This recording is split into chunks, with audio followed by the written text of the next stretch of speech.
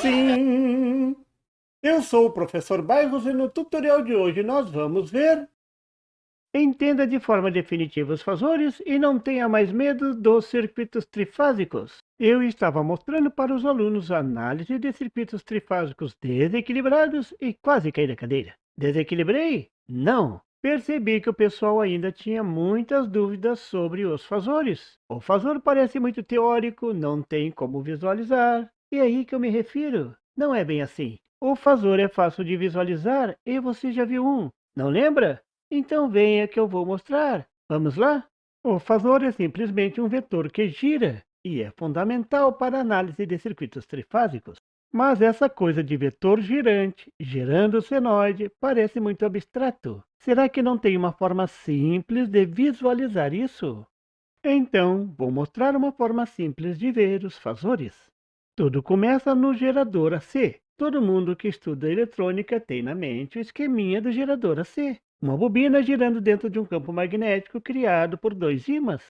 Faraday descobriu que girar uma bobina dentro de um campo magnético induz nessa bobina uma força eletromotriz, que é uma forma de gerar energia elétrica. Essa força eletromotriz pode ser medida usando um voltímetro C para medir a tensão nos terminais da bobina, ou melhor ainda, através de um osciloscópio, coisa moderna. A forma de onda no osciloscópio é mostrada na figura. Outra coisa que todo mundo sabe é que quanto mais intenso é o campo magnético que corta a bobina, maior a intensidade da tensão medida nos terminais da bobina.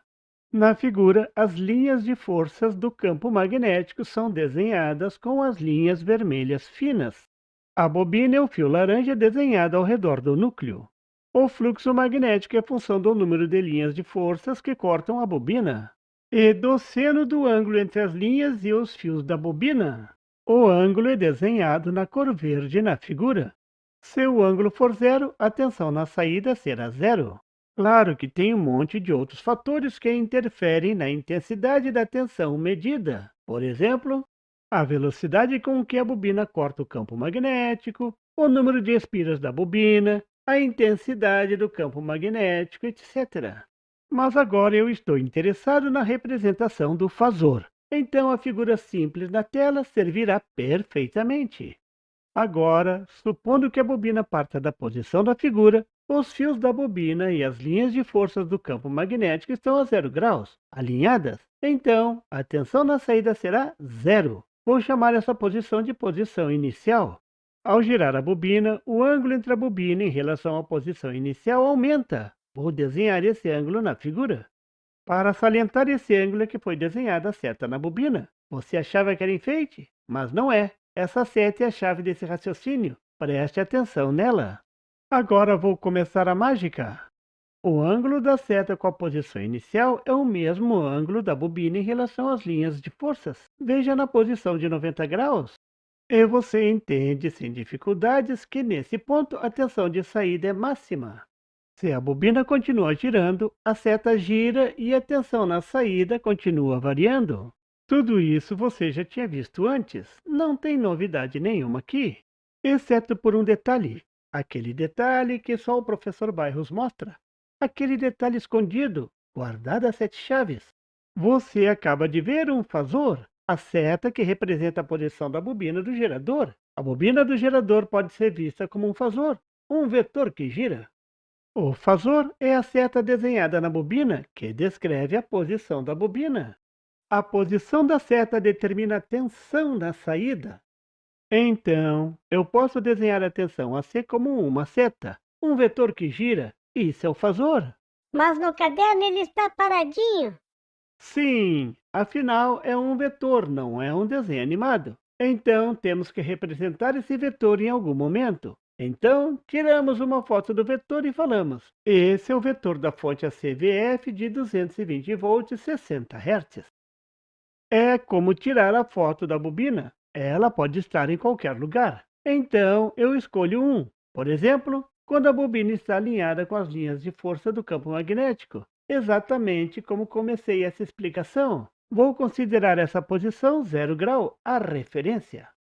Bem, se eu perguntar para você, o que tem de diferente no gerador trifásico? Todo mundo vai dizer, são 3 bobinas montadas a 120 graus umas das outras, como na figura. Agora que fasores não são mais o problema, eu vou mostrar o padrão fasorial para as redes trifásicas. Vou começar desenhando o circuito de uma fonte trifásica.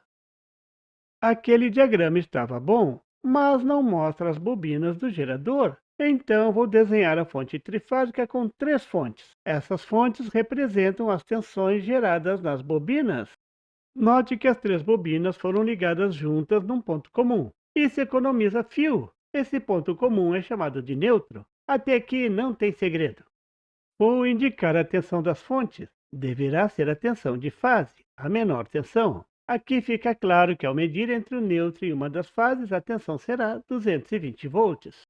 Vou indicar a fonte pela letra U, para não confundir com o V da unidade volt. Esse é um truque que os eletricistas usam muito, mas os eletrônicos nem tanto. Então você verá as 2 formas nos tutoriais do professor Bairros.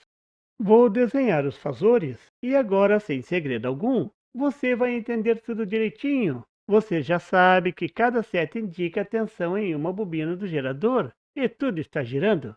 Todos os fasores estão com origem no mesmo ponto, o neutro. Ali eu vou considerar a referência para a medição de tensão. O neutro é o eixo do gerador. Então as setas de todos os outros fasores vão estar apontando no sentido oposto ao neutro. Veja a figura.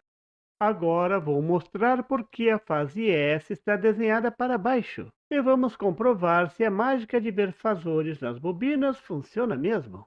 É tudo uma questão de sequência de fase. A sequência de fase direta é aquela gerada quando o gerador roda no sentido anti-horário. Então, se você pensar nos fasores como as bobinas do gerador, e considerando que a primeira fase a passar pela origem é a fase R, qual será a próxima? Isso mesmo, a fase S. Por isso ela foi desenhada abaixo. Se você visualizou o modelo do gerador com as bobinas e tudo mais, então esse tutorial já valeu a pena. Esse tipo de sequência de fase também é chamada de RST, porque descreve exatamente a sequência que os vetores vão passar na referência. Vou chamar as tensões de linhas usando as letras RST, mas também poderia descrever usando as letras L1, L2 e L3. Então, a tensão de linha entre as fases RS vou chamar de URS, as outras vou chamar de UST e UTR. A amplitude da tensão de linha você já sabe calcular. É igual a raiz de 3 vezes a tensão de fase. Nesse caso, a raiz de 3 vezes 220 dá 380 volts. Esse é o módulo do vetor de linha. Esse será o valor que o seu instrumento vai medir. O desenho está exatamente nessa proporção. Observe o ângulo entre a tensão de linha e a tensão de fase. É 30 graus. Isso vai acontecer sempre. A prova vou deixar para outro tutorial, mas guarde bem esse detalhe. Nesse tutorial você viu uma forma diferente de pensar nos fasores. Viu que pensando assim ficou fácil explicar a sequência de fase. Você viu um modelo fasorial muito útil para analisar circuitos trifásicos. Com esse modelo você não terá mais problemas para análise de circuitos AC. Então vamos analisar mais circuitos equilibrados e desequilibrados, com sequência direta ou inversa. E não esqueça de comprar um esquadro e um transferidor. Até o próximo tutorial. E por favor, se você não é inscrito, se inscreva e marque o sininho para receber as notificações do canal. E não esqueça de deixar aquele like e compartilhar para dar uma força ao canal do Professor Bairros. E não tem site? Tem sim, é www.bairrospd.com. Lá você encontra o PDF e tutoriais sobre esse e outros assuntos da eletrônica. E fique atento ao canal do Professor Bairros para mais tutoriais sobre eletrônica. Até lá!